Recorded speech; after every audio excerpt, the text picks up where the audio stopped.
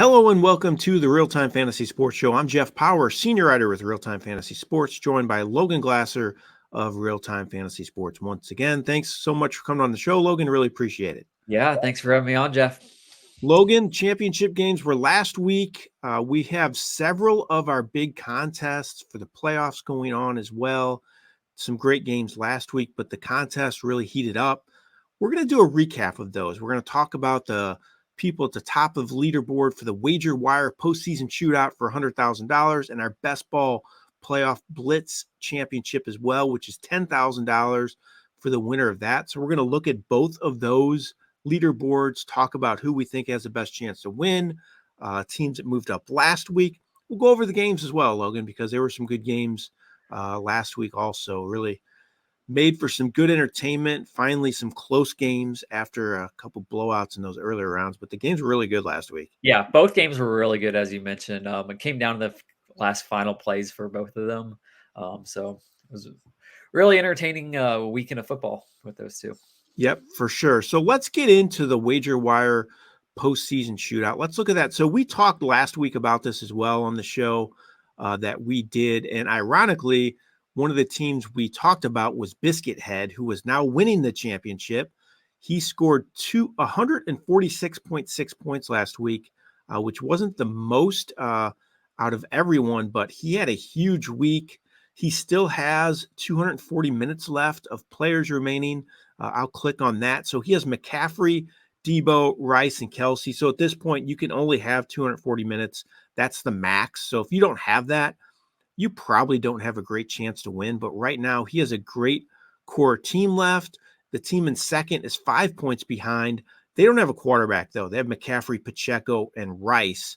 So a little bit different than Biscuit Head, but not much. And actually, Biscuit Head doesn't have a QB left either, but they got two really good receivers, McCaffrey and Kelsey. So I think Biscuit Head is looking good. You got to look at the Acuna Matata owner as well, who has 4 players left in third place. They have Purdy, McCaffrey, Pacheco, and Rice. So in my opinion, I don't know about you, but I think it's between Biscuit Head and Avery Deuce for the championship here. Yeah, I agree. So it's a nine points are separating the two. The two players that are different between the two teams is Biscuit Head has Debo Samuel and Kelsey, whereas Avery Deuce has Purdy and Pacheco, and then that 9 point disadvantage. So I do think Purdy could easily make up 9 points on Debo with that. So it's definitely can be made up. And then I think it's going to really come down to who scores the touchdowns for the Chiefs. Is it going to be Travis Kelsey or Pacheco? I And agree. that's I going to be agree a with you, big Logan. I think deciding factor. it's going to go down to the wire with these two teams. Another team in sixth place has 240 minutes remaining, but they're 433 points. So that's a lot to make up.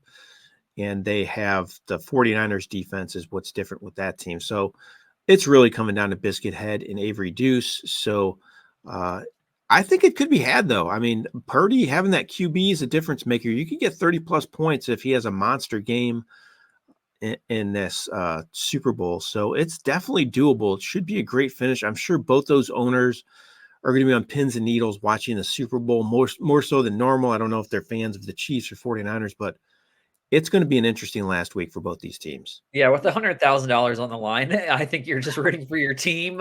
Sure, having a championship for your home team would be nice, but 100,000 will last some time with that. Kind of diving into players, I really think the MVP of this shootout was Travis Kelsey overall. I think because he's going to get all 4 games in as well. He'll be the only, or Chiefs players will be the only ones with 4 games. He was only 17% owned. That really stood out to me. In his games, he's gone 14, 24 and a half, and 29 points. So I really think he was a difference maker in this contest. Probably one of the MVPs, as I mentioned, but only 17% owned. Interesting. That's kind of surprised to me. I mean, he's been phenomenal throughout his career, but he did have a slow finish to his season. People thought he might be slowing down. So it's kind of surprising he's going to end up being the difference maker based on his track record. But you're right. That's going to be the thing that could push some of these owners over the top in this championship. And you still get money too if you don't finish first overall. So it's not like the end. I mean, obviously you won $100,000, but you're still getting some money for finishing, Yeah, second place 10. is 20,000, third is 15,000. So definitely is a big difference, but you're still walking away with some good money there on a $100 entry with that. Yeah, for sure. So I'm going to pull up now the best ball playoff blitz championship standings in that. So let's take a look there so everybody can see that where we stand there. Again, this one's not really it's not really going to be a ton to sort out. I really think it's between two teams. And quite frankly, it's the same owner for both teams. So the team in first place is Ace, and they have 356 points. Team in second place is Boss. They have 349 points. But as you can see with the remaining players, 120 just for Ace and 300 for Boss. So I can pull up both those teams for people to see. So I got to remove the screen. Bear with me here, and I will show you what their teams look like. I will look at Ace's team first because they are winning. And as you can see on here, they have McCaffrey and Kelsey. Those are the only two players that they have remaining, Ace. So they're in first place by 7 points, and they have those two players left. Now let's pull up the Boss team, and they have a lot more players left. They have Mahomes, McCaffrey, Pacheco, Rice, and Kelsey. So as you can see, they have both players that Ace, who is in first place, has, plus 4 other players, right? Or is that 3 other players? 3 other players. 3, yeah. So, I mean, there's no way I don't think Boss loses this. I hate to say it, right?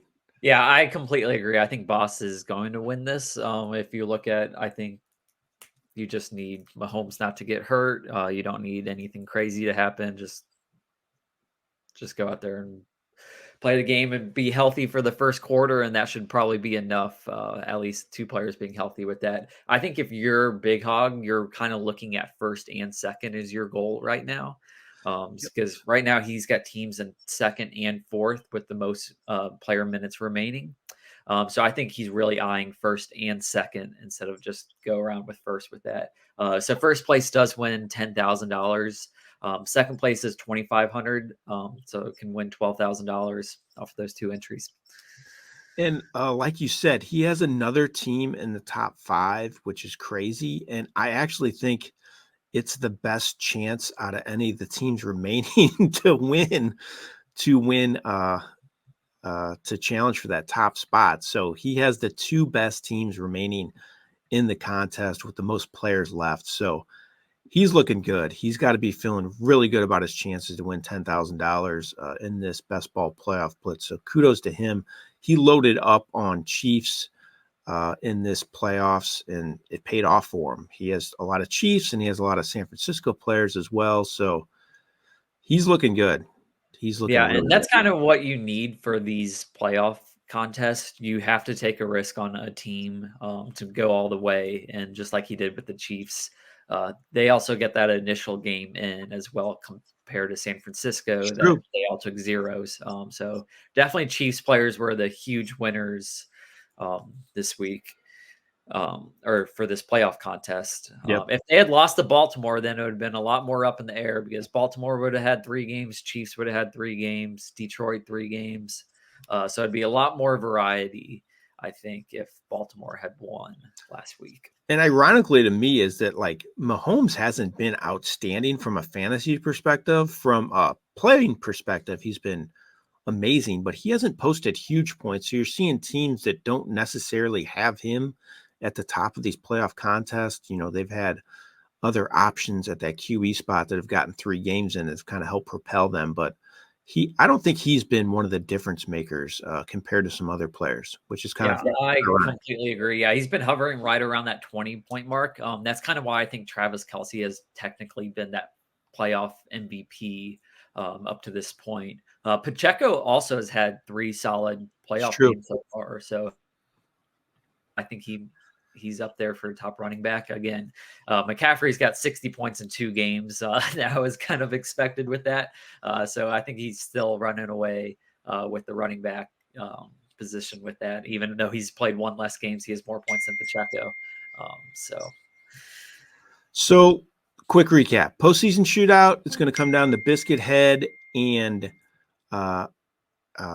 Avery Deuce. In our opinion, those are the 2 best chances to win it all, and it could go either way because they have a little different players. And then in the best ball playoff blitz, hate to say it, actually I don't hate to say it because congratulations to Big Hog, but from a perspective of watching it and seeing it go down to the wire, it's not really going to happen because I think he's sitting good. Big Hog, he's going to win it all. So congrats to him.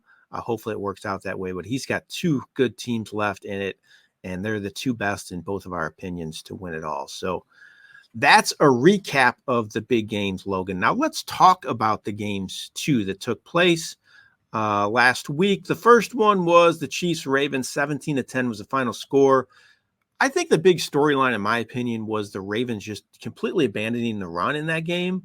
They barely ran the ball at all, which has been a strength for them. I know they had some issues running the ball a little bit to start the game, but they seem to just, abandon it way too quickly, in my opinion. I don't know about you. Especially, I agree with that, especially with Lamar. It didn't really see him run the ball much up until maybe the 4th quarter, the last couple of drives with that. And that's kind of his bread and butter with the offense, him attacking on the ground. And what we saw the previous week was the Chiefs really struggled against the run. Against the Bills, they were just running the ball all over them. They're such a good pass defending team. So I expected Baltimore would be running the ball a lot more. I think the huge difference, though, in that game was the Chiefs' composure. Baltimore just took so many penalties, unnecessary penalties. You had the taunting play that hurt a little bit, roughing the quarterback. It was all over the place with just stupid penalties that they took. Whereas the Chiefs, they just had so much more composure. They've been there and they didn't take those penalties. So I think that was a huge difference maker. And Jackson also had a key interception in the end zone, which he's done a good job taking care of the ball, but he threw that in a triple coverage to Isaiah Likely. Just was a really poor decision. He was really upset by that. And Zay Flowers, too, we have to talk about that. Going in for the end zone, fumbled the ball, trying to reach for it. And like you said, had that big taunting penalty. I believe that was that the same drive? It was the same drive. So that set them back 15 yards with that. They would have been on the 10 anyway. So, I mean, he was still technically got on that goal line. But still, that was a big difference maker. It was a heck of a play by Snead, though. I mean, if you're Flowers, you're just trying to extend that to get it over the goal line, but that was a heck of a play to knock that ball loose. It's plays like that win these big games like this. You need some type of game-changing play, and that was it, in my opinion, because that completely changed the outcome of the game. Just a great play. Like you said, Chiefs have been there, done that. They showed their composure. I still think Baltimore's really good. I still believe in Jackson, too. I know some people are jumping off the bandwagon. He had an MVP season. He's still really good. He's going to get over the hump, I think. Do you have any doubts about him at this point? No, I've got full confidence in him still. I guess it hurts looking at his playoff record the last couple of seasons, but still, he's an elite quarterback. I think Baltimore will be right back in that spot next year with that. And it'd be remiss if we didn't talk about Travis Kelce. Just a huge game. We did a little bit earlier in the show being a difference maker in these fantasy playoffs, but 11 catches, 116 yards, touchdown. He made some spectacular catches. That one play when Mahomes was running around the pocket and flipped it up there, he caught that diving going across his body. I mean, holy cow, that guy's a tight end, and he just unbelievable performance by him. Yeah, looking at the box score, it's kind of crazy to look at. In the second half, there was only 3 points scored. It was 17-7 at halftime and finished 17-10. 3 points in that second half. Interesting. With that. And also, you were talking about game-changing plays. How about we talk about the Lions going for it on 4th down?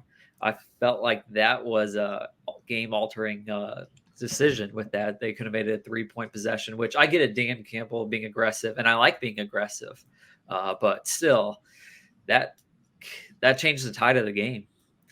I agree. So let's get into that game. 34-31. San Francisco wins, just dominate the second half. They were down 24-7 at the half, scored 27 points in the second half to win. Like you said, the fourth down calls, that's going to be the difference maker. I understand.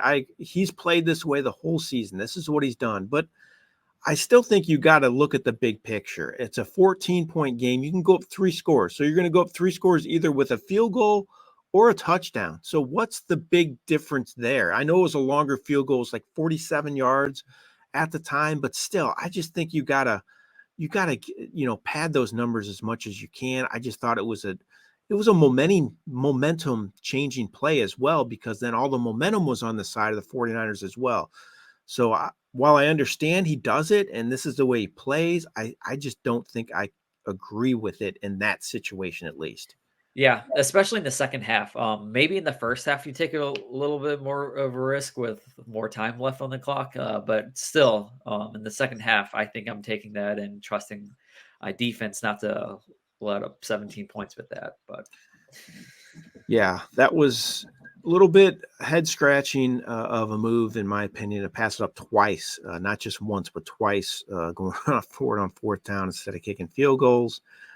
Getting into the game a little bit, Purdy played really well, in my opinion. 20 of 31, 267 yards, touchdown, interception. But the big thing with him was his legs, which was a little unusual because he's not really known for that. But he ran 5 times, 48 yards, a couple big time runs on third downs to get first downs. So he was a difference maker. I thought he came up big in the big stage. I think that was the big question mark for him coming into this game. What's your thoughts on his play? yeah, I completely agree. His legs saved that game. There were a couple, as you mentioned, third downs.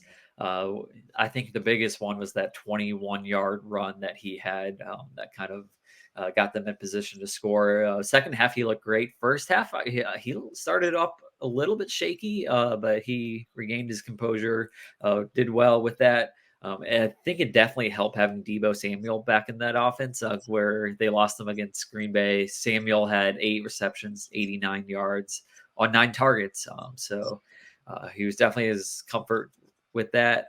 Kittle had a little bit of a disappointing game, only 2 receptions, 27 yards, but Debo and Ayuk. And then, of course, McCaffrey had an MVP game, just like usual.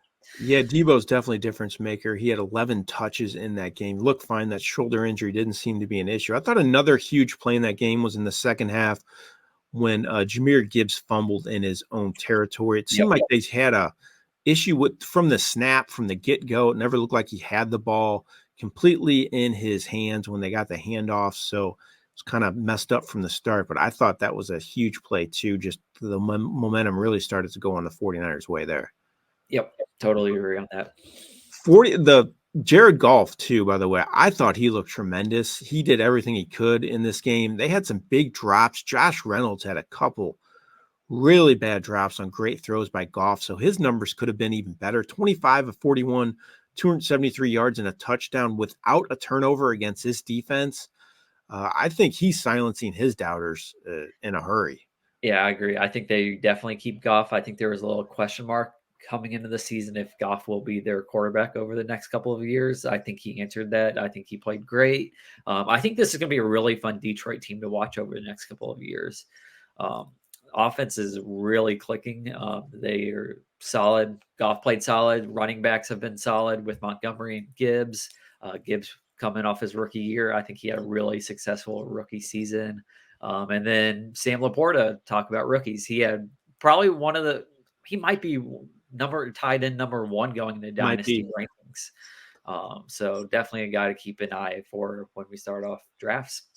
And they retain their offensive coordinator. He is not leaving. He interviewed. He's staying put. I think that's huge as well. I think Laporta's going to be number one overall tight end next year as well over Kelsey, with him getting up there in age. I really think he's going to be number one. What about Jahmyr Gibbs? Where do you think he's going to end up? Do you think he's going to be a first-round pick, early second-round pick? My guess is second round pick. I think there's just too many elite options there. I believe David Montgomery is still going to be with Detroit, so I think that definitely hurts his value overall. But I'm thinking mid second, maybe early third, maybe late second is probably where he'll end up being.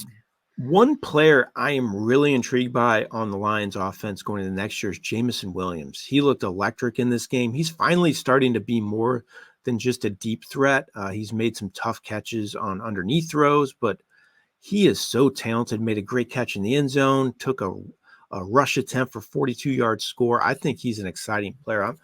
I think he could end up having a breakout season next year. They need a number 2 receiver opposite Amon-Ra. Yeah, they sure do.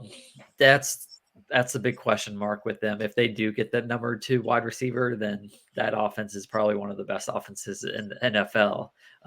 They might already be there with that, but yeah, I think Jamison Williams will be going a little bit later in draft, so you can definitely be a good sleeper pick. And he's going to have a full season under his belt next year. Again, this year he was suspended.